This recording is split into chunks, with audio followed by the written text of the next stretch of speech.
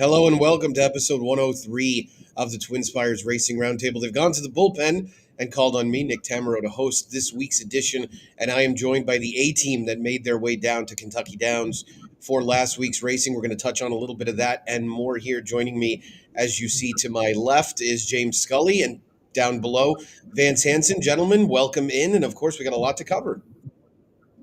Good to see you, Nick. Good to have you. All right, very excited to get things started, and we're going to do so by touching on some of the action at Kentucky Downs. James, or where are we getting started? I'm going to start with the Mint Millions winner, Epic Ride. I thought that on Saturday, man, this colt, last year he was running in these Derby preps, ran third in the Bluegrass, got into the Kentucky Derby, I believe, on the AE list, and ran 14th that day. So came back this last fall and this year continued to run on dirt. But John Ennis switched him to turf 3 back, and this was his best performance, by far in his third turf start. Took it right to him from the start. One thing about this Mint Millions field, looked like it had a lot of speed on paper, but Epic Ride took it right to him, opened a short lead, and just drew off, I thought, pretty nicely in the stretch to win by 2 lengths, 2 comfortable lengths. And, it looks like he has a turf future. It was his first win on the grass. His first time was sprinting. He ran 4th. He was coming off a runner-up finish, a close second at Kentucky at Ellis Park in a preview race, and put it all together on this occasion. So I like to see this Son of Blame, really come to hand here at near the end of his 4-year-old season. It'll be interesting to see what Epic Ride can do on the turf moving forward. Yeah, I thought I was surprised that he ended up on the lead, and then I watched your interview with Edgar Morales, and he seemed equally as surprised that he ended up there. Vance, were you surprised that Goliad and Flavien Prat deferred in the early stages and let Epic Ride get this lead? And what did you think of the performance overall? Yeah, very much so. I mean, Goliad was just kind of a goes straight to the lead type, and he had won the race last year, and I fully expected him to be on the lead, and it just didn't turn out that way. Epic Ride got the jump on him, and it was a very good effort, and it sounds like the connections want to give it a whirl at the Breeders' Cup Mile next time out. So we'll see how he does out at Del Mar. Yeah. And then I'll mention one other horse, Nick. Street Beast was my other Kentucky Downs takeaway. He ran on Sunday in the juvenile mile.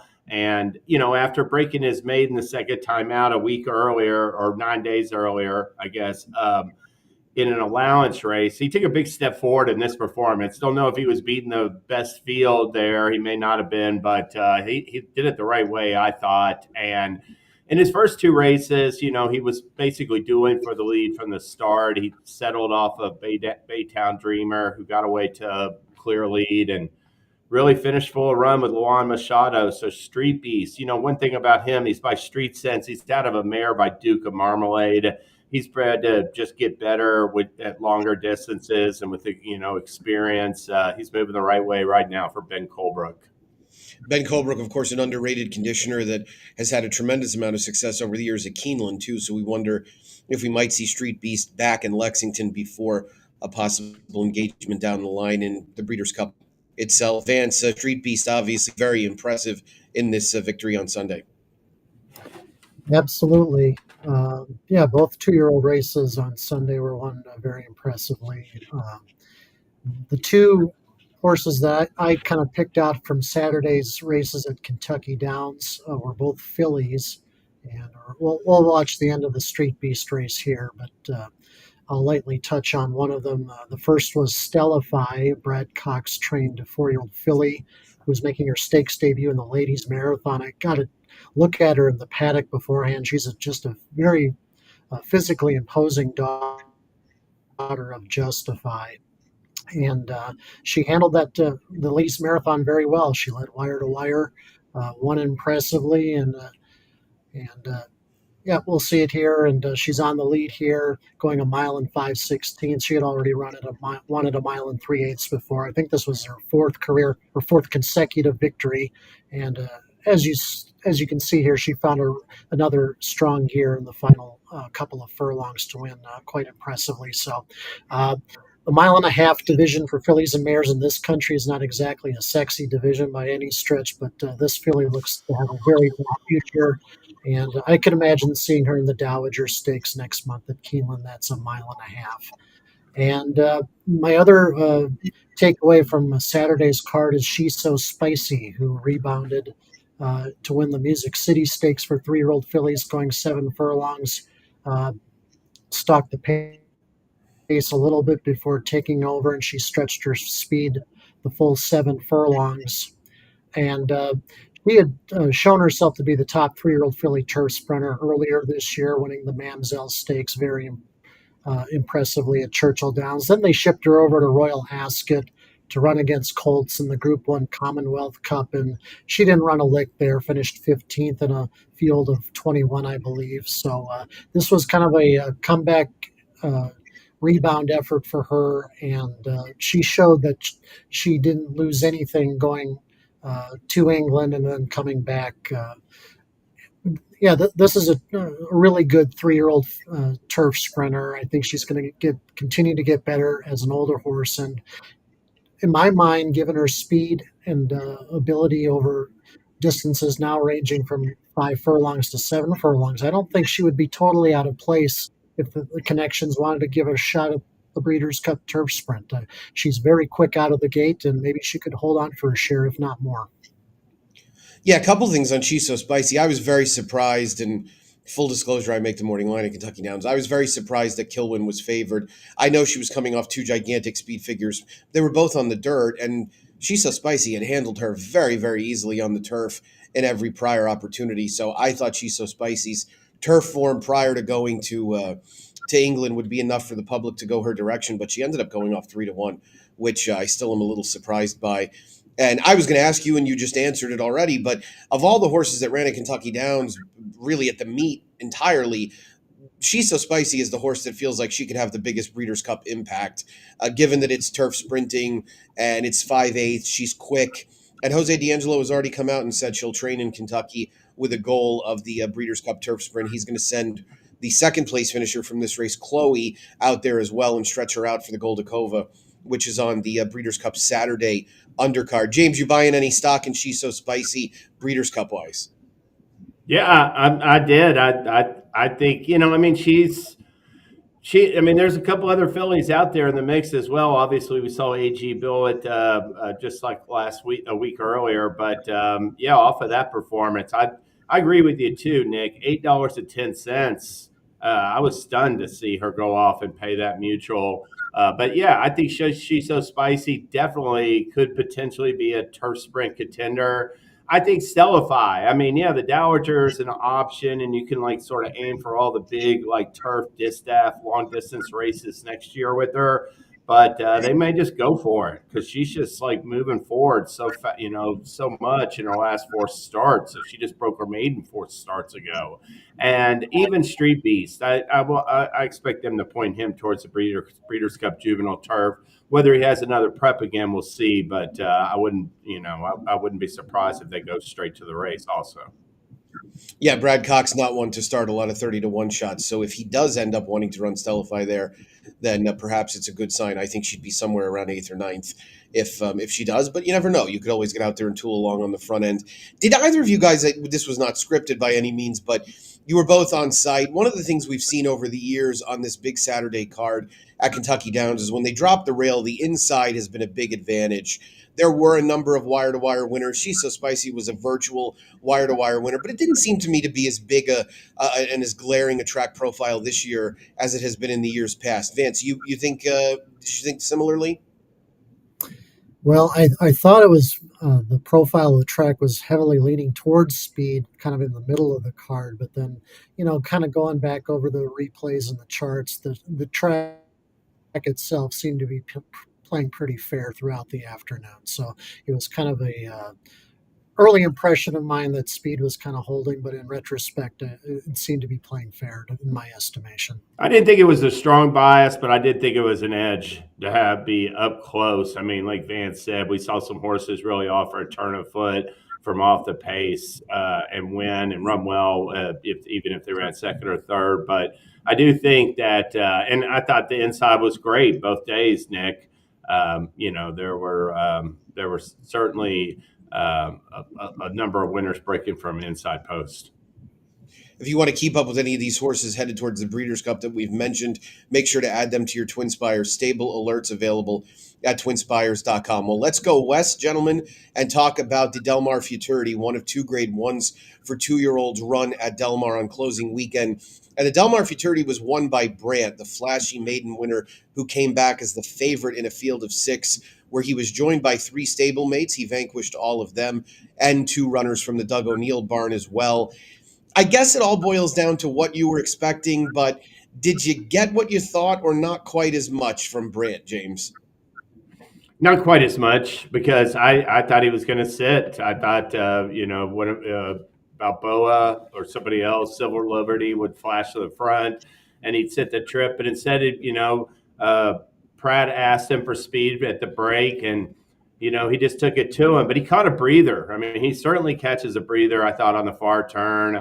I mean, listen, I'm not taking anything away from this performance. He's 2 for 2. He's earned 96 and 98 speed rating for this performance in the Del Mar Futurity, and seems to be a very talented colt for Bob Baffert. But I like the runner-up better out of this race. I don't know about longer distances for Desert Gate, because he has all this speed after this. You see Curl in his broodmare sire, but his next couple maternal dam sires are successful Appeal and Gilded Time. But Desert Gate was on the front, on the engine in his first 2 starts. He dropped well back, I thought, early. And then you'll see he gets checked inside here, when he's making his move into contention and has to momentarily wait. And, I thought he finished real well against a horse that had a good trip in Brant, where he wasn't being chased hard, sort of caught a breather in that second quarter mile.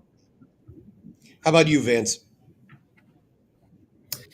Well, since Baffert has won the Del Mar Futurity 19 times now, this race often turns out to be kind of intramural contests. And I think it was nice to see this colt recover from a really hard bump that he took against a long shot leaving the gate. And as James pointed out, he kind of went right to the lead and a bit of a difference from his debut, where he stalked the pace and pounced his way to victory. So it wasn't quite as flashy a performance as his debut win was last time. But obviously this horse has a bright future. He's got a good pedigree for distance. I think he's like a 3/4 brother to Papa Cap, who ran second in the Breeders' Cup Juvenile to Corniche a few years ago over the Del Mar Strip. So I don't know whether he's going to have another prep before the Breeders' Cup, whether they'll just kind of keep him out of the American Pharoah and train him up to it. But if I'm comparing 2-year-olds, I'm still kind of more impressed with Ned Toffee, the East Coast horse for Todd Pletcher. I just thought he's catching the eye for me a little bit more than Brant is, but I'm not going to discount Brant going forward. There was also a stablemate of Brant's named Boyd, who ran earlier on in the card and actually earned a Beyer speed figure 1 point higher than Brant, who had gotten that flashy 101 on debut and then came back with a 91. So a little regression, which was to be expected. I don't think any of us thought this horse was going to put up another triple-digit, at least Beyer speed figure. But James mentioned the Brisnet speed figures. I mean, those are rock solid for a 2-year-old, no question about it. I would be less inclined to back this horse if they train him up. I want to see what he can do around 2 turns beforehand, but obviously that would require him to come back in about 4 weeks and then run 4 weeks after that. When Bob Baffert's had juvenile success, it's been with horses that have gone 2 turns already. And as you mentioned, Papa Cap did run second in the juvenile in 2021. He had another sibling named Boppy O, who was most effective at about a mile on turf. So I do think there may be some long-term distance concerns with Brant, but of course that doesn't preclude him from getting a mile on a 16th as a 2-year-old. James, how important is it to you for Brant to run one more time before the Breeders' Cup? It's not that important. I mean, I think he likes that track, and I think he'll handle the 8.5 furlongs just fine. But it'll be, like I said, Baffert has a strong hand, but there are going to be some nice 2-year-olds from the East Coast. We'll see what happens in the Champaign and the Breeders' Futurity, but we've seen a handful of runners, including Ted Noffey, run at Saratoga this year. So it seems to me it's a pretty good group of 2-year-olds shaping up for the race. I'm against it. I was against it last year with Beholders, that Richard Mandela filly, or I guess 2 years ago. He trained her up from the Del Mar debutante to the Breeders' Cup Juvenile fillies, and it didn't work out. But if there's somebody I don't worry too much about with that out there in the West Coast, especially with young runners, it's Bob Baffert. I think that's fair, and we can certainly see how it shakes out over the next few weeks. All right, well, we are at the what else portion of this show. Vance, what else do you have for us on the Racing Roundtable? Well, a lot of the racing world was kind of taking a look at the ARC trials over in Europe over the weekend. Longchamp in Paris, the site of the ARC, had 3 of them. The most important was the Prix Vermeil for older fillies and mares, and Aventure, the runner-up in last year's ARC, was up against the top 3-year-old filly Whirl, and as you can see here in the Wertheimer colors on the outside, Aventure is going to pull away here at the end, and very impressively, this turns out to be her first Group 1 victory. Whirl ran a very puzzling race, and she would wind up finishing last in this field, but Aventure looks really rock solid here, and given her form against older males previously in races like last year's ARC, and in the Grand Prix de Saint Cloud against Caland again over the summer, who he's ineligible for the ARC being a gelding, but I think she really ran herself into probable favoritism for the ARC with that performance. So solid on her. Her main rival for the ARC, Calpana, ran in the September Stakes over the synthetic at Kempton on Saturday and surprisingly got beat. I still think Calpana can run a big race in the ARC, but for sure I think Aventure is probably the horse to beat. Especially now, given Ombudsman is not pointing for the ARC and Calandigan is prohibited from running there. So, and also on Sunday in the Grosser Price von Baden, we had Goliath, the gelding, win his first Group 1 race since last year's King George at Ascot. And he wasn't facing a stellar field here in this in Germany's top race, but it was still a strong performance here, and this could be a possible prep for the Breeders' Cup turf. Co-owner John Stewart, Resolute Racing, bought into this horse last year, and I know the Japan Cup has always been a target for this horse. He ran in the Japan Cup last year, not very well.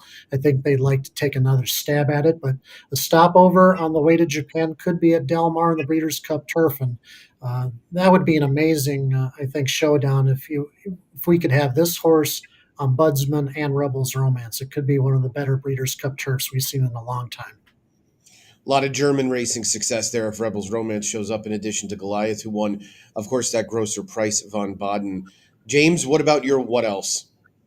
Well, we talked about Del Mar Futurity and the Juvenile Mile. I did want to mention the 2 other stakes winners of significance. Bottle of Rouge, the other Baffert beat Explora and Hamika in there.